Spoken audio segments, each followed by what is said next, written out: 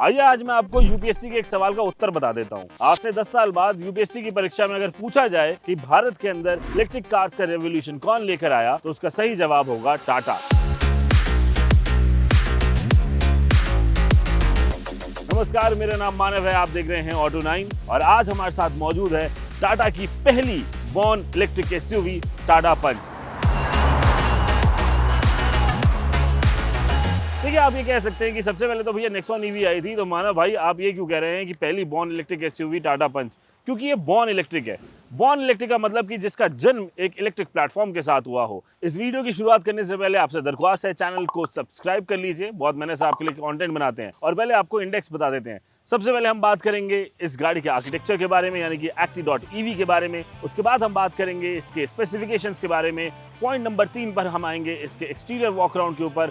Point number 4 पर हम आएंगे इसके इंटीरियर रिव्यू के ऊपर। और अंत में पॉइंट नंबर 5 जो होगा वो होगा इसका ड्राइव रिव्यू। तो शुरू करते हैं पॉइंट नंबर 1 के साथ, जो कि है इसका acti.ev यानी कि इसका आर्किटेक्चर।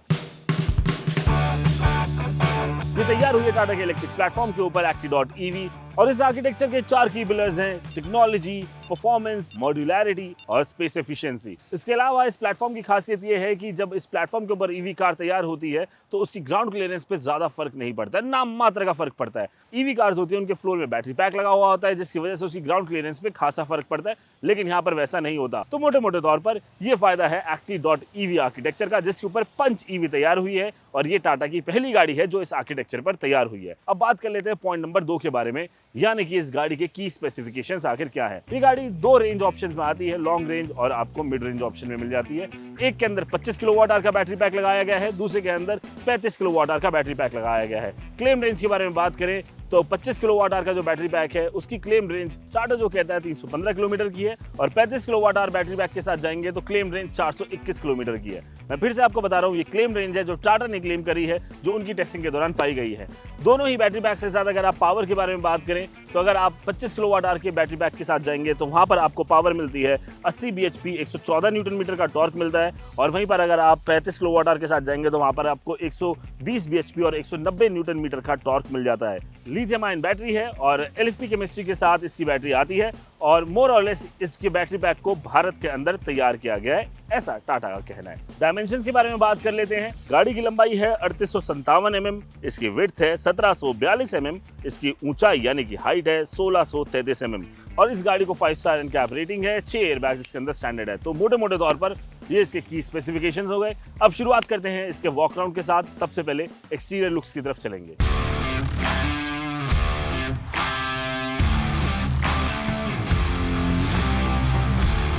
देखिए, अगर आपने कभी फिल्म देखी हो सीता गीता, राम लखन जुड़वा, तो आपको पता होगा कि ट्विंस का कॉन्सेप्ट क्या होता है। असल जिंदगी में भी ट्विंस होते हैं या फिर हमशक्ल्स होते हैं। हमशक्ल एक फ्लॉप फिल्म थी, एनीवे उसको साइड कर देते हैं। लेकिन अगर आप इसका फ्रंट प्रोफाइल देखेंगे तो आपको इस कॉन्सेप्ट में बिलीव और ज़्यादा बढ़ जाएगा, क्योंकि इसको सामने से देखकर एक नज़र में तो आपको ये लगेगा कि ये नेक्सॉन ईवी खड़ी है, which is a good thing, क्योंकि नेक्सॉन ईवी से एक सेगमेंट ऊपर की गाड़ी है। आप एक सेगमेंट कम का पैसा देकर उसी सेगमेंट में मजे ले रहे हैं। काफ़ी सेगमेंटेशन वाली बात हो गई। लेकिन फ्रंट प्रोफाइल के बारे में बात करें तो यहाँ पर भी आपको बिल्कुल नेक्सॉन ईवी जैसे कनेक्टेड LED DRLs मिलते हैं, जिनके अंदर एनिमेशन मौजूद है। आप गाड़ी को लॉक अनलॉक करेंगे तो वो पूरे के पूरे एक साइकिल सी चलती है उसके अंदर।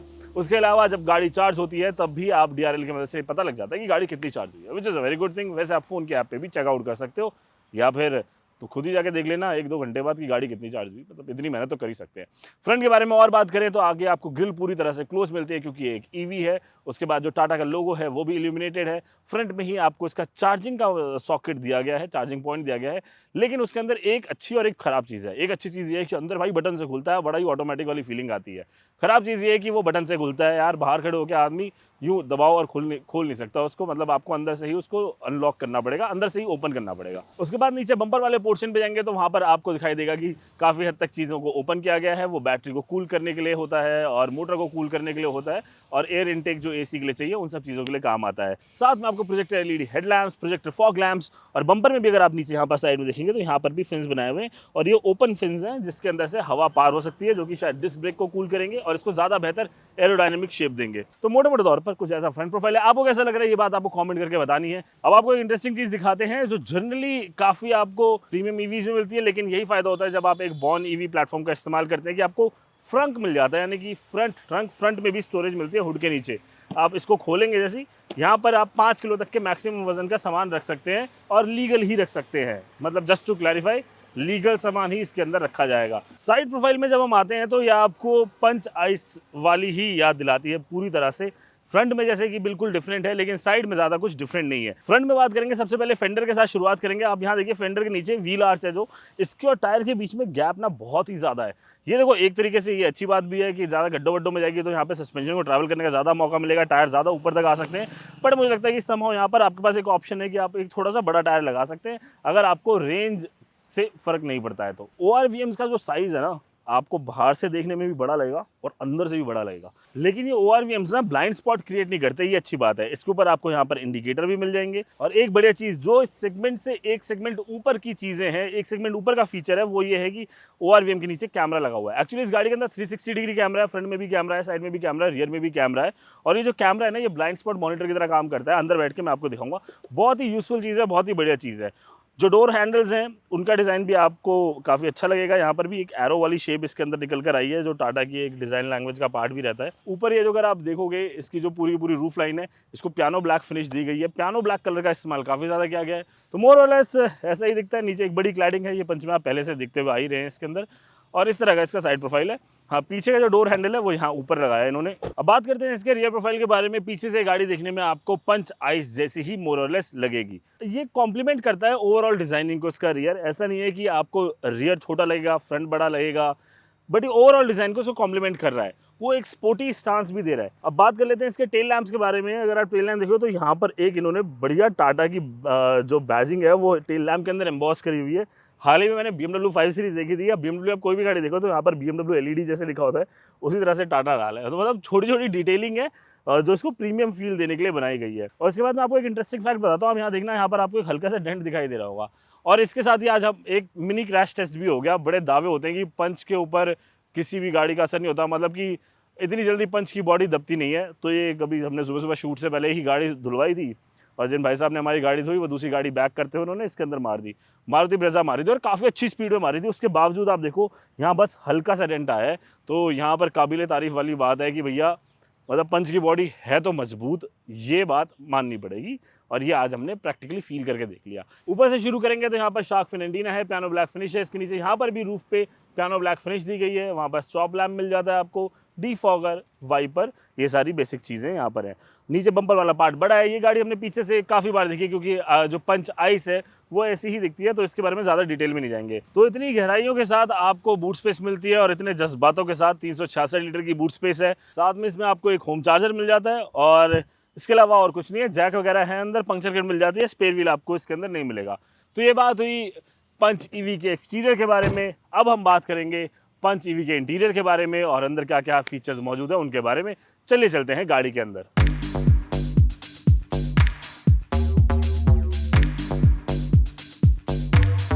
तो अब हम आ गए हैं गाड़ी के अंदर, पंच ईवी के अंदर, और ये वो जगह है जहां पर आप सबसे ज़्यादा समय बिताने वाले हैं, और जहां पर बैठने के लिए आपने पैसा दिया, यानी कि ड्राइवर सीट।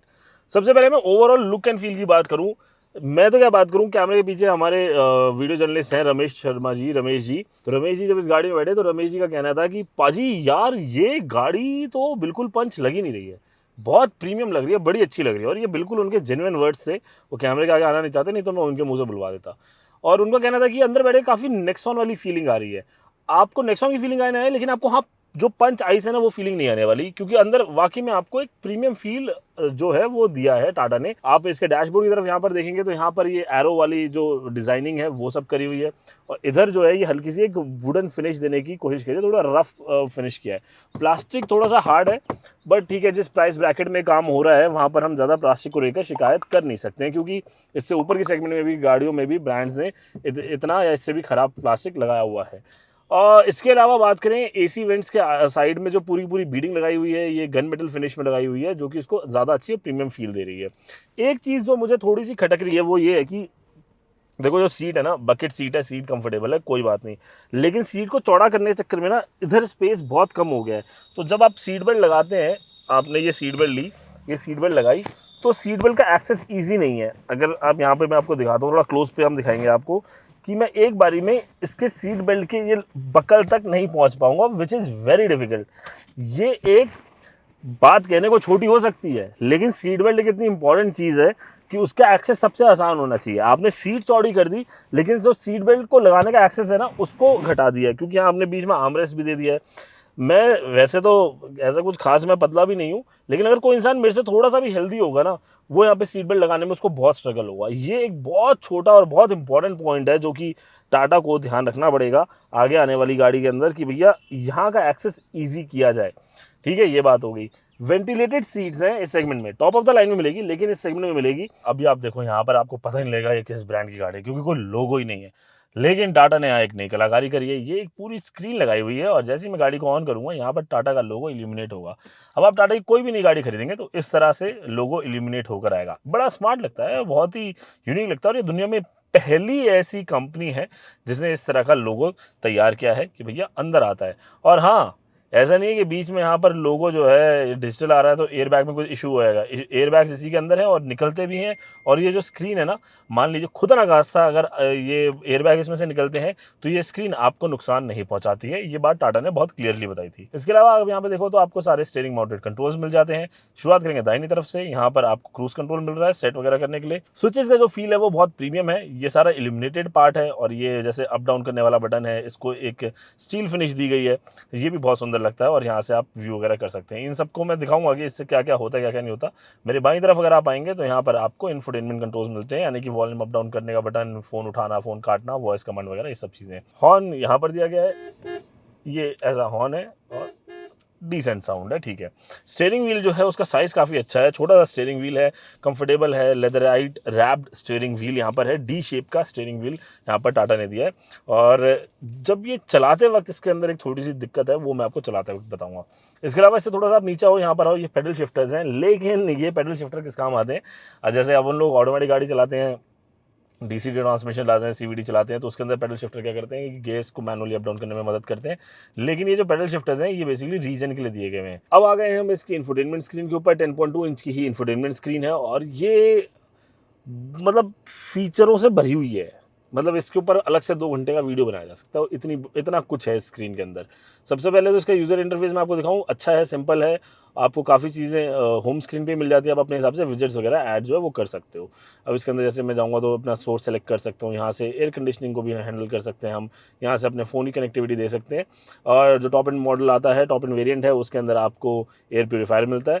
और एक ये चीज़ है arcade.ev, एक्चुअली इसके लिए आपको टाटा जी कनेक्ट ऐप चाहिए होती है, वो इसके अंदर फिलहाल हमने डाल नहीं रखी, मेरे को उसका पासवर्ड यूज़र आईडी वगैरह नहीं था, बट मैं आपको बता देता हूँ। और हमने ये नेक्सॉन ईवी के अंदर टेस्ट किया हुआ है। इसके अंदर बेसिकली आप गेम खेल सकते हो, आप अमेजॉन प्राइम पे वीडियो देख सकते हो, आप यूट्यूब देख सकते हो, आप बहुत सारी ओटीटी ऐप्स चला सकते हो। मोटे मोटे तौर पे लगभग 17 ऐप्स हैं जो इसके अंदर आप रन कर सकते हो। लेकिन जो अमेजॉन प्राइम पे मूवी देखना है, नेटफ्लिक्स में मूवी देखना है, यूट्यूब पे वीडियो देखना है, वो तब होता है जब आपकी गाड़ी चार्ज हो रही होती है। इमेज व्यूअर होता है, इसके अंदर आप यूएसबी कनेक्ट करके अपनी फोटोज वगैरह देख सकते हैं। मूड लाइट है, हल्की फुल्की नीली लाइटें लगाई गई हैं, मूड लाइट चेंज नहीं होती है, खाली नीले रंग की लाइट है। इसके अलावा phone, quick setting, share my location, basically आप अपनी गाड़ी की लोकेशन शेयर कर सकते हैं अपने परिजनों को, ताकि in case of any emergency आपके पास मदद आ सके। इसके बाद साउंड डेमो है, 4 स्पीकर्स, 2 ट्विटर आते हैं, और ये उसका डेमो।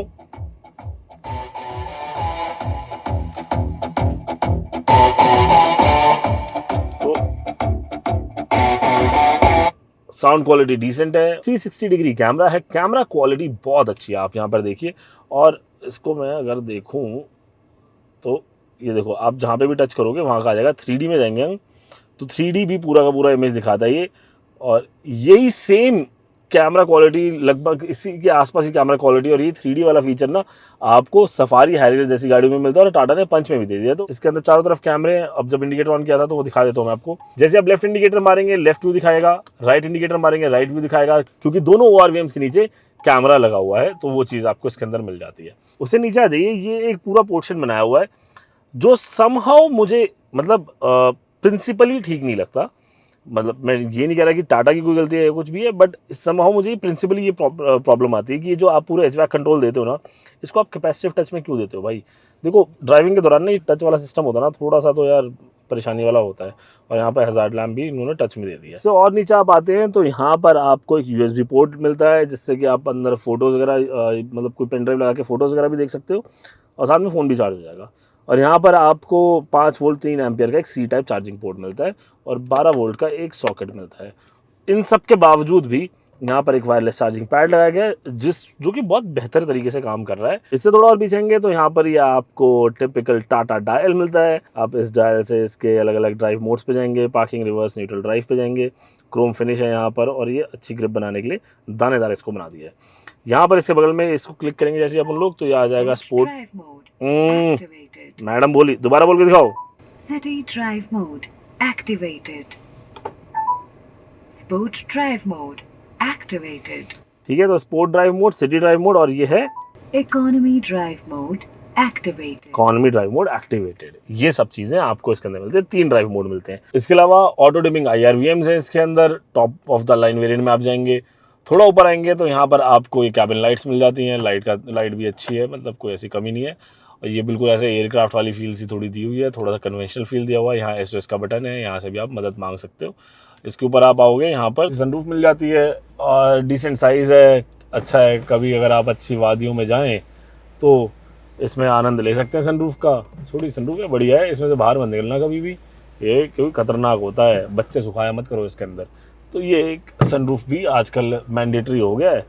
तो इट इज़ लाइक जैसे शादी के बाद माथे पे सिंदूर लगाते हैं, गाड़ी के ऊपर सनरूफ लगाते हैं। ग्लव बॉक्स भी देख लो। ग्लव बॉक्स के अंदर भी अच्छी खासी जगह है। एयर कूल्ड ग्लव बॉक्स है। ये यहाँ से एयर कूल्ड हो जाएगा।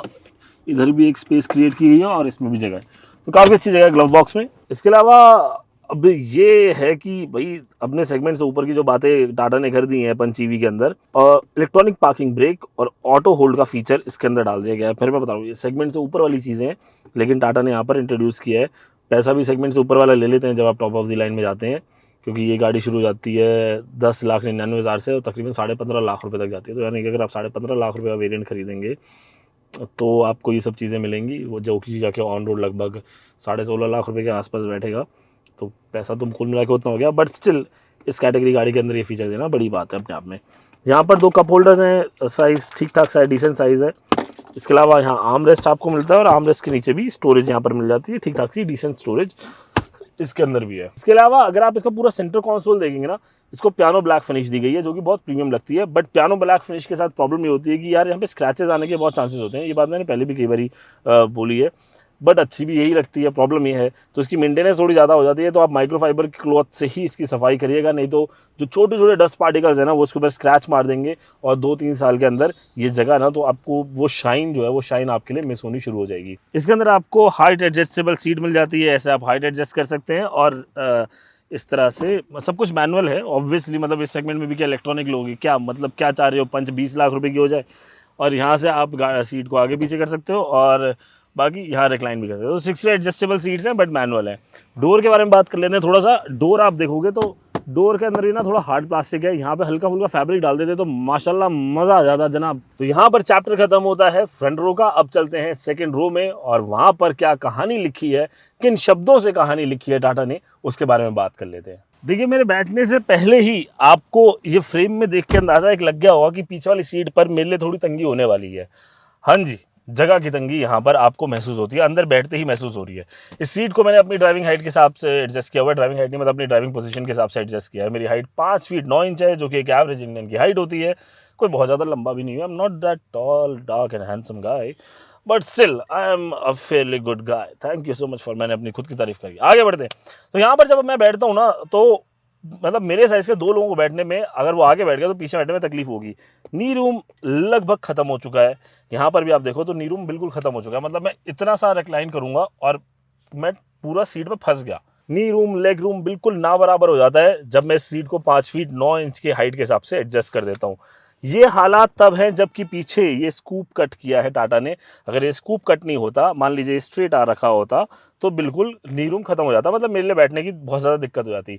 और ये कम स्पेस की वजह से ना अब मेरे लिए गाड़ी से उतरना भी बड़ा मुश्किल है। आप ये देखिए, ये मैंने गाड़ी का दरवाज़ा खोला, हालांकि गाड़ी का दरवाज़ा ऑलमोस्ट 90 डिग्री पे खुल रहा है, जो कि बड़ी अच्छी बात है। लेकिन यहाँ से उतरना आप देखो कितना डिफिकल्ट है। अब मैं यहाँ से उतरना चाहूँ तो मुझे यूँ घूम के उतरना पड़ेगा और बैठने में भी इस तरह की तकलीफ़ आ जाएगी। अब बात कर लेते हैं हेडरेस्ट के बारे में। तो हेडरेस्ट की पोजीशन ठीक है, उसकी प्रॉब्लम नहीं है। अगर मैं यहाँ पर हेडरूम के बारे में बात करूँ तो ये 4 उंगलियों जितना हेडरूम है, वो चलो वो भी कोई बात नहीं, मैनेजेबल होता है एक बारी को, इतनी प्रॉब्लम नहीं होती। और उसके अलावा शोल्डर सपोर्ट वगैरह अच्छा है, उसकी प्रॉब्लम नहीं है। थाई सपोर्ट भी रियर रूम में, सेकंड रूम में अच्छा थाई सपोर्ट है। थाई सपोर्ट की भी शिकायत आपको वहाँ पे नहीं आएगी। प्रॉब्लम जो आ रही है वो यहाँ पर नी रूम, लेग रूम के अंदर जो मैं महसूस कर पा रहा हूँ वो आ रही है। और पीछे मैं एक्सपेक्ट कर रहा था कि पीछे भी चार्जिंग पोर्ट या चार्जिंग सॉकेट दिया जाता, बट यहाँ पर तो कोई चार्जिंग पोर्ट, चार्जिंग सॉकेट मुझे नज़र नहीं आ रहा है। इसके अलावा अगर कहीं हो चार्जिंग सॉकेट जहाँ छुपा रखा होगी, किसी को पता न लगे तो बात अलग है। भैया ऐसा काम यूँ करना कि छुपाना पड़े। तो यहाँ पर आपको फ्लैट बेड मिलता है, तो यानी कि अगर आप मान के चलो कि आपकी एक फैमिली है 4 लोगों की, जिसमें 2 एडल्ट हैं और 2 बच्चे हैं, तो आप आराम से इस गाड़ी में सफ़र कर पाओगे। लेकिन अगर आप ये सोच रहे हो कि 4 एडल्ट हैं इसके अंदर, तो वहाँ पर आपको थोड़ी सी परेशानी हो सकती है। तो ये बात हुई सेकंड रो के बारे में। अब चलते हैं इसके ड्राइव पर और देखते हैं आखिर चलाने में कितना मज़ा आता है पंच ईवी को। जिस परफॉर्मेंस की बात टाटा मोटर्स कर रहा है, क्या वो परफॉर्मेंस ये गाड़ी निकाल पाएगी या फिर नहीं निकाल पाएगी मित्रों, है ना? Let's check it out.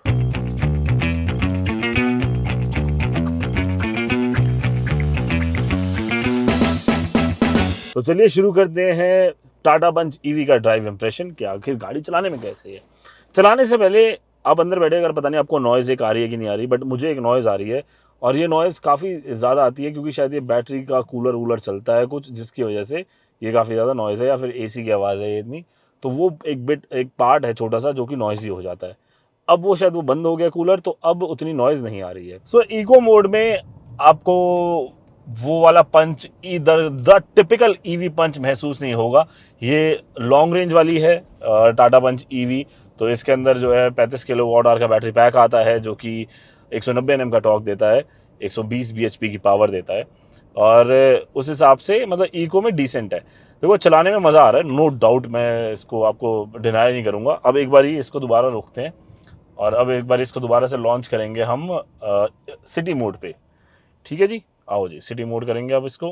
पंच में मतलब आपको सिटी और इको मोड दोनों में ना बहुत ज़्यादा डिफरेंस नहीं आएगा। तो मतलब मेरी सलाह तो ये रहेगी कि फिर आप इको मोड में चलाओ, आपको रेंज भी अच्छी मिलेगी, बेटर रेंज मिलेगी, उसमें बहुत ज़्यादा फर्क नहीं आता। अभी जैसे ही मैंने इसको स्टार्ट किया तो मतलब वो जो जी फोर्स फील होना चाहिए वो जी फोर्स फील नहीं हुआ जो जनरली ईवीज़ के अंदर फील होता है। अब मैं एक काम करता हूँ, अब इसको ओपन कर देते हैं स्पोर्ट मोड पे फटाक से, और इसको रोका हमने और इसको करा स्पोर्ट मोड पे। अब देखते हैं कि Drive mode activated. Thank you दीदी। अब देखते हैं कि कितना ज़्यादा पंच इसके अंदर आता है पंच में। ये देखो, हाँ यहाँ पर माहौल बनता है। अब गाड़ी ने पकड़ी है तगड़ी रफ्तार और ये देखो ये 103 पर आ गई यार, मतलब इतना क्विकली 100 टच कर जाती है अगर आप स्पोर्ट मोड पे जाते हैं। तो रेंज के बारे में बात करते हैं। 421 किलोमीटर लॉन्ग रेंज की जो है वो क्लेम्ड रेंज है, और 350 किलोमीटर के आसपास जो है वो आपको जो इसकी प्राइम वर्जन है जो मिड रेंज वाली है उसकी रेंज आती है। तो अगर आप 421 किलोमीटर की क्लेम्ड रेंज है ना, तो इसके अंदर से आप मोटा मोटा 125 माइनस कर दो तो 300 किलोमीटर के आसपास की आपके पास रेंज आएगी। प्रैक्टिकल रेंज जो मैं बात कर रहा हूँ वो आपके पास आ जाएगी। दूसरी चीज़ की बारे में बात करते हैं स्टीयरिंग और हैंडलिंग के बारे में। स्टीयरिंग, ये देखो बॉडी रोल की तो ऐसी कोई शिकायत इसके अंदर जैसे ज़्यादा मेरे को लग नहीं रही है। अगर मैं इसको वैसे भी चला रहा हूँ सिटी वगैरह में, तो इसको थोड़ा सा, हाँ स्टीयरिंग में कंट्रोल अच्छा है। स्टीयरिंग में वो हल्का सा हार्ड लग रहा है, थोड़ा सा सॉफ्ट होता तो और ज़्यादा मज़ा आता। अब बात करते हैं रीजन के साथ। अभी लेवल 3 रीजन पे है गाड़ी। तो ये मैंने जैसे फुट पेडल छोड़ा है, एक्सीलेटर पेडल छोड़ा है, ये ब्रेकिंग ले रही है। आप देखो कितनी स्ट्रॉन्ग ब्रेकिंग है, और यही मज़ा भी है क्योंकि इससे आपको सिंगल पेडल ड्राइविंग का मज़ा मिलता है। कसम से बता रहा हूँ, मैंने इसको लेवल 3 रीजन पे काफ़ी देर चलाया। आप ये लगा लो मैंने 10 किलोमीटर चलाया और मेरी रेंज में हार्डली 2 से 3 किलोमीटर का फ़र्क आया because of battery regen level 3। तो इसकी ब्रेकिंग टेस्ट करते हैं 0 to 80 एंड देन 0। अभी गाड़ी 0 पर है। मैं इसको लॉन्च करता हूँ गाड़ी को स्पोर्ट मोड पे। Sport drive mode activated.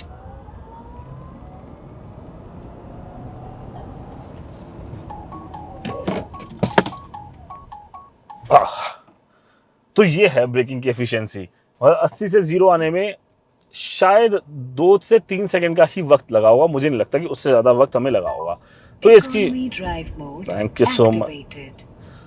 तो ये बात होगी ब्रेकिंग, हैंडलिंग और इसके एक्सीलरेशन पावर वगैरह के बारे में। सस्पेंशन वगैरह के बारे में भी बात कर लेते हैं। सस्पेंशन अभी तक कंफर्टेबल लग रहे हैं। अब थोड़ा सा इसको हम कच्चे से में उतार के देख लेते हैं। तो ये मैंने एक मतलब ग्रेवल फील्ड है उसके ऊपर लिया गाड़ी को, और ये देखो सस्पेंशन बहुत अच्छे हैं, बहुत बढ़िया, लाजवाब, कमाल, मज़ा आ गया, कोई इसके अंदर कंप्लेंट नहीं है। एक चीज़ जो मुझे कमी लगी, जो मैं शायद पीछे वाले रिव्यू में नहीं बता, मतलब एज इन जब हम सेकंड रो कर रहे थे तब मैंने नहीं बोला, अब मैं बोल देता हूँ, इसके सेकंड रो में ना एसी वेंट नहीं है, वो चीज़ मिसिंग है। आई थिंक वो होना चाहिए, वो बहुत इंपॉर्टेंट चीज़ है आज की डेट में गर्मी में।